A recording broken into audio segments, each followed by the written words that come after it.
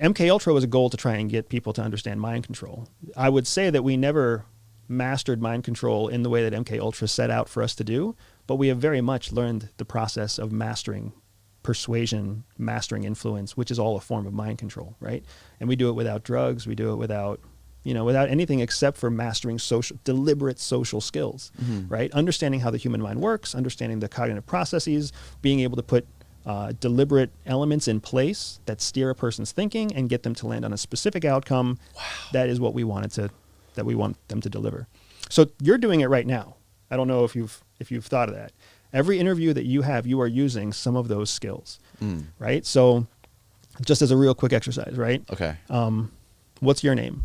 My name's Danny. Danny, where were you born? I was born in Clearwater. Clearwater, Florida? Yes. That's an awesome town. Yeah. Did you learn to love the beach growing up in that town, or do you not love the beach because you grew up in that town? No, I've always I love the beach and the water. You love the beach. Are you a water person? Do you do stuff on the water? Absolutely, all the time. Like what? Fish, surf, swim, dive, everything. So who's in control of this conversation? You are. I am. Why? Because you're steering it. You're guiding me with the questions. What do you do every time you have a podcast interview? Sort of, yeah, the same thing. The exact same thing, man. That's a form of cognitive control. Interesting. But we don't often think that. Most people think that if you're talking most, you're in control of a conversation, right? It's why when you want to impress your date, you talk.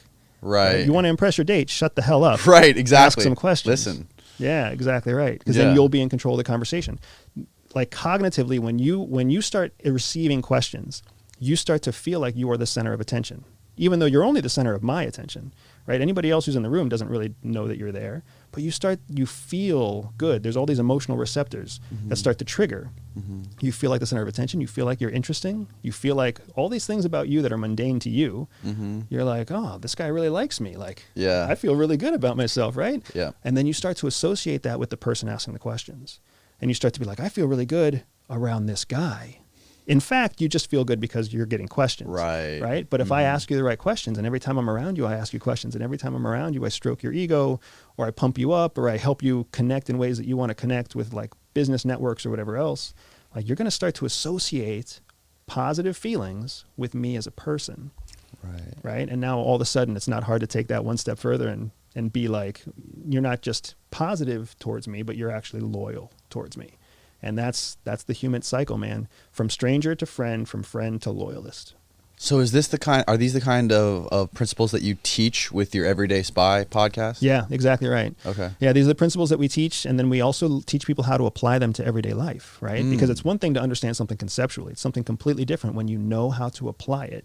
You can apply it to finding a date. You can apply it to getting a raise. You can apply it to securing a job. When I left the agency, I had to get a job, right? But guess what? I couldn't tell anybody. That you worked for the CIA? So it's you really couldn't tell them that? No, I couldn't tell you. I went through a 2-year cleanse where my cover had to be scrubbed. So I wasn't allowed to talk about who I really was or what I really did. I was only able to lean on this fabricated resume that CIA gave me with phone calls that would answer on deadlines. Sources and stuff, yeah, and everything resources. was fake. Yeah. Wow. So after 6 months of trying to find a job and not finding a job, I was like, to hell with this. I'm just going to use the skills that the agency taught me, and I'm going to fraudulent myself into a job.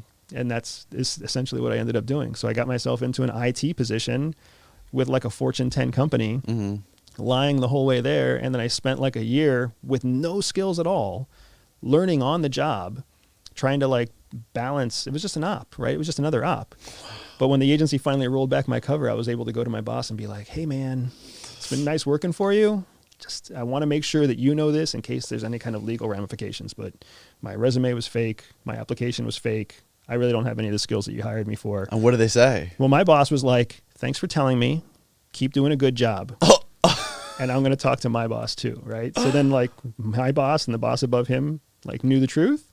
And I don't know if it ever went any further than that, but essentially I was doing a good job. I learned what I needed to learn. Right. You were very competent. That's one of the most important things. Yeah. And that's an everyday skill, right? I can drop you in almost any job in any industry, anywhere, and you're going to learn how to do it, right? The hard part is getting through the gatekeeper, right? How do you get past the HR person? How do you nail the interview? Right. How do you fake it until you can prove it? And that's an intel skill. If you like this short clip, make sure you click here to see the next clip or here to see the full podcast episode.